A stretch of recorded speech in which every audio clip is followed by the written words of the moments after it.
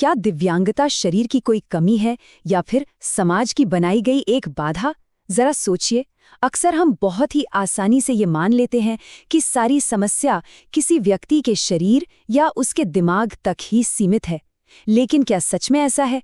आज के इस एक्सप्लेनर में हम इसी पारंपरिक सोच को पूरी तरह से चुनौती देने वाले हैं। हम ये समझने की कोशिश करेंगे कि कैसे हमारा अपना समाज और हमारे आसपास का माहौल अनजाने में ही सही लेकिन लोगों के लिए कितनी बड़ी रुकावटें पैदा कर देता है। समावेशीकरण का सशक्तिकरण, आज हम इसी विषय की गहराइयों में जाएंगे। और देखिए, हमारा मकसद यहाँ सिर्फ कुछ किताबी बातें रटना नहीं है, बल्कि एक्सेसिबिलिटी यानी सुलभता को देखने के हमारे बुनियादी नजरिए को पूरी तरह से बदलना है। क्योंकि एक बेहतर और समान दुनिया बनाने के लिए ये समझना बहुत ही जरूरी है। आइए फटाफट देखते हैं कि आज के इस विश्लेषण को हमने कैसे बांटा है। सबसे पहले हम देखेंगे दृष्टिकोण में ऐतिहासिक बदलाव, फिर बात करेंगे दिव्यांगता के आधुनिक मॉडल्स की, उसके बाद हम समावेशी शिक्षा और यूडीएल को समझेंगे और आखिर में चर्चा करेंगे इसके कारणों और रोकथाम पर। तो चलिए बिना किसी देरी के शुरू करते हैं अपने पहले भाग से, दृष्टिकोण में ऐतिहासिक बदलाव। अगर हम इतिहास के पन्ने पलटें तो प्राचीन काल का नजरिया सच में बहुत ही अंधकारमय था। उस समय दिव्यांगता को कोई पाप या ईश्वरीय दंड मान लिया जाता था और ऐसे लोगों को समाज से बिल्कुल अलग थलग कर दिया जाता था। फिर मध्यकाल आते आते थोड़ा बदलाव तो आया, लेकिन ये बदलाव सिर्फ दया और दान तक ही सिमट कर रह गया।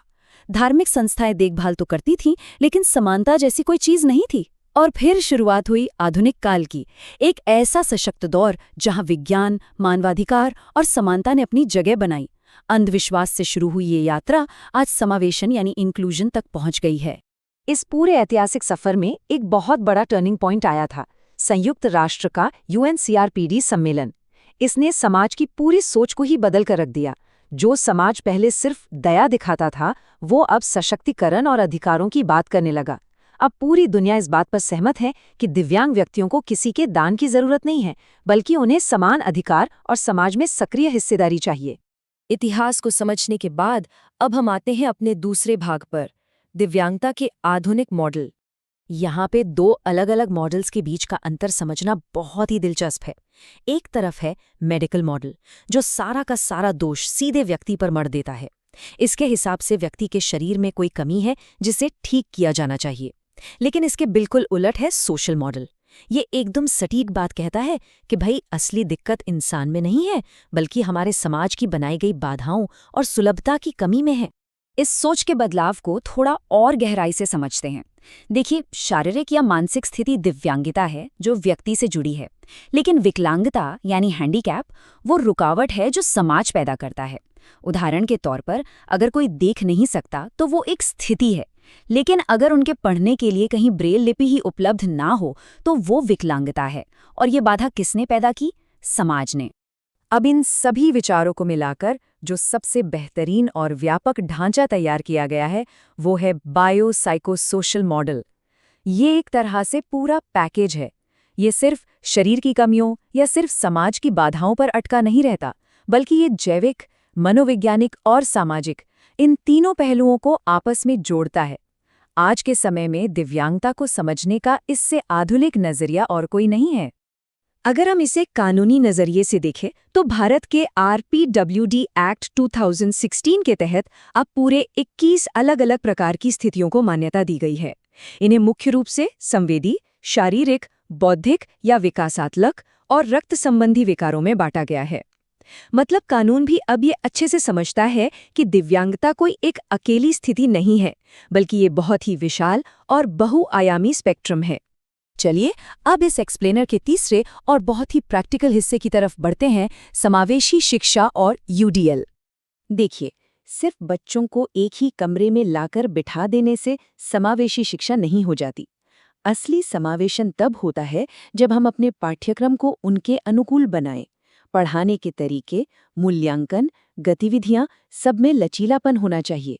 जानकारी को देखकर, सुनकर या छूकर समझने के विकल्प होने चाहिए और ब्रेल या ऑडियो जैसे सहायक उपकरणों का भरपूर उपयोग होना चाहिए। शिक्षा की पहुंच हर एक छात्र तक होनी ही चाहिए। और इसी लचीलेपन को क्लासरूम में लाने के लिए एक बहुत ही शानदार फ्रेमवर्क है, UDL यानी यूनिवर्सल डिजाइन फॉर लर्निंग। इसके 3 बहुत ही आसान से सिद्धांत हैं। पहला, जानकारी को अलग अलग तरीकों से प्रस्तुत करना। दूसरा, छात्रों को अपनी बात कहने के कई विकल्प देना। और तीसरा, उनकी सहभागिता बढ़ाने के अलग अलग तरीके खोजना। अगर हम शुरू से ही ऐसा लचीला ढांचा तैयार करें तो इसका फायदा हर एक छात्र को मिलता है। इसी से जुड़ी एक और बहुत ही पावरफुल अप्रोच है क्रॉस डिसेबिलिटी अप्रोच। इसका सीधा सा मतलब है कि अलग अलग दिव्यांगताओं वाले लोगों को अलग थलग करके देखने के बजाय उनकी समान ज़रूरतों को पहचान कर एक साथ शिक्षा और सेवाएं दी जाएं।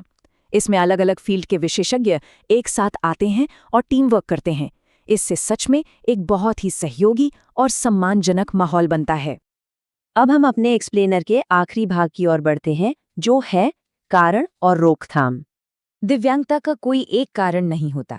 ये एक पूरे मैट्रिक्स की तरह काम करता है, जिसे हम समय और प्रकृति के आधार पर समझ सकते हैं। प्रसव से पहले का कुपोषण, जन्म के समय की जटिलताएं या बाद में होने वाली कोई दुर्घटना, ये समय आधारित कारण है। वहीं दूसरी तरफ आनुवांशिक कारणों के साथ साथ हमारे आसपास का प्रदूषण और गरीबी जैसी सामाजिक स्थितियां भी इसमें बहुत बड़ी भूमिका निभाती हैं। जब हमें कारण समझ आ जाते हैं तो हम इसके रोकथाम पर भी काम कर सकते हैं। इसके 3 मुख्य स्तर हैं। पहला है प्राथमिक रोकथाम, यानी बीमारी होने से पहले ही उसे सही पोषण और टीकों से रोक देना। दूसरा है द्वितीयक, जिसका मतलब है समस्या की जल्द से जल्द पहचान करना और स्क्रीनिंग करना। और तीसरा है तृतीयक रोकथाम, जो उन लोगों के लिए है जो पहले से ही प्रभावित हैं, ताकि पुनर्वास और निरंतर देखभाल से उनके जीवन को बेहतर और सशक्त बनाया जा सके। हम इस विश्लेषण के बिल्कुल अंत में आ गए हैं और यहाँ एक बहुत ही गहरा सवाल है जो हमें खुद से पूछना चाहिए। क्या हम एक ऐसा समाज बना रहे हैं जो लोगों के लिए बाधाएं खड़ी करता है, या फिर एक ऐसा समाज जो सबको सक्षम बनाता है? आज हमने इतिहास के अंधेरे से लेकर आधुनिक अधिकारों तक का सफर तय किया है, लेकिन असली चुनौती अभी बाकी है। हमारे आसपास जो सामाजिक बाधाएं मौजूद हैं, उन्हें तोड़ने में हमारी क्या भूमिका है? इस पर जरूर विचार कीजिएगा।